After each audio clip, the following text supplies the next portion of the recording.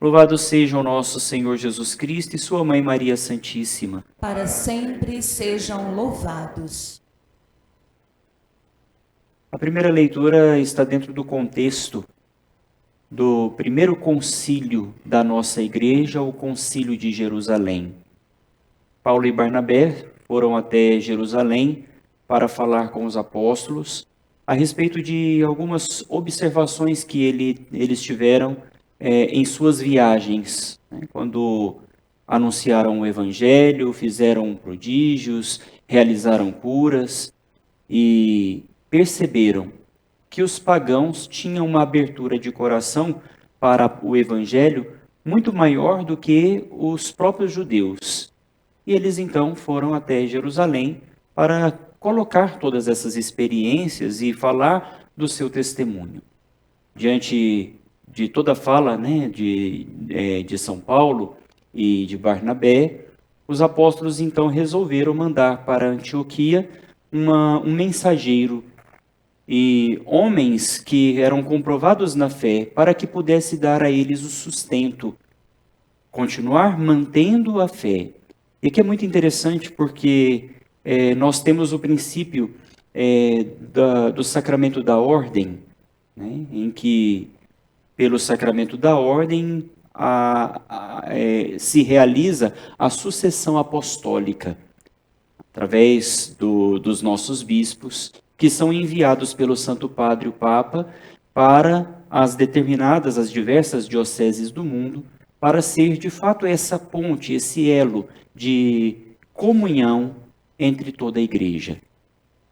É uma realidade que nós remontamos lá no começo da igreja, que nós chamamos da igreja primitiva, nos primórdios da nossa fé, e que perdura para nós até hoje, no nosso tempo. Isso significa que a igreja é uma realidade de comunhão, é uma realidade viva. O mandamento do Senhor hoje, dentro do contexto da última ceia, nos fala exatamente sobre isso. Se nós olhamos no Evangelho, nós vamos perceber que o amor, a compreensão sobre o amor, teve uma evolução. Poderíamos dizer, não estritamente sobre o amor, mas sobre os mandamentos. Que, na verdade, se resume, né, no amor a Deus e ao próximo.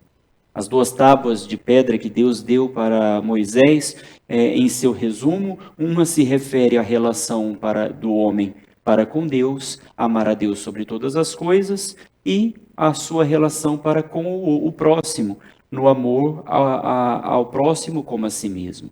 Então, nós poderíamos dizer que os mandamentos de Deus se resumem no amor. Só que essa compreensão, né, legal do amor, dos mandamentos, passou por uma evolução, por uma revelação. Antigamente, nos primeiros códigos de lei, nós encontramos aquela máxima, olho por olho, dente por dente. O que o outro me faz, eu posso fazer a ele numa justiça na mesma proporção. Se alguém me arranca um dente, eu posso arrancar-lhe também. E assim era compreendido pelos antigos. Depois Jesus diz, olha, amai-vos uns aos outros como amai-vos uns aos outros, amai ao próximo como a si mesmo, melhor dizendo. Passando disso, Jesus nos indica que nós devemos amar até mesmo os nossos inimigos. E por fim, no último testamento, no último momento antes da sua entrega, ele diz, amai-vos uns aos outros, como eu vos amei. Se nós percebermos, né, toda essa compreensão, todo esse caminho que cada um de nós vamos percorrendo para chegar no ponto máximo do amor, que é amar ao outro como Cristo nos ama. E se nós nos perguntamos de que modo Deus nos ama? Deus nos ama de modo pleno, Deus nos ama de modo perfeito. Deus nos ama a ponto de dar a sua vida por cada um de nós. E o interessante é que as palavras são muito usadas no Evangelho, são muito precisas. Amai-vos uns aos outros como eu vos amei. Ninguém tem amor maior do que aquele que dá a sua vida pelo seu amigo. Eu já não vos chamo de servos. O servo não conhece o que faz o Senhor, mas o amigo sabe o que faz o seu amigo. E é interessante porque a relação de amizade é uma relação que, num certo sentido, ultrapassa até mesmo as realidades de relação familiar. Nós não escolhemos a família que nós nascemos, mas nós escolhemos a pessoa com quem nós queremos trilhar o nosso caminho.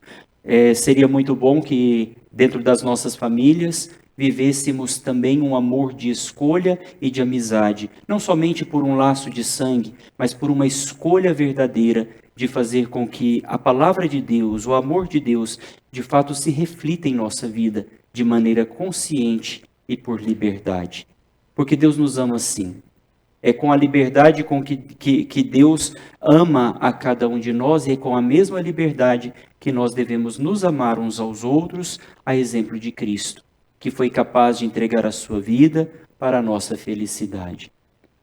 Só para terminar essa reflexão, no final da primeira leitura, nós encontramos que quando os discípulos chegaram lá em Antioquia e que leram a carta dos apóstolos, dizendo que eles eram enviados, né, dos apóstolos para manter a comunhão, manter a unidade, eles experimentaram dentro do coração uma grande alegria. O cuidado de Deus, o cuidado da igreja para conosco, deve causar em nossa vida uma grande alegria. Louvado seja o nosso Senhor Jesus Cristo. Para sempre seja louvado.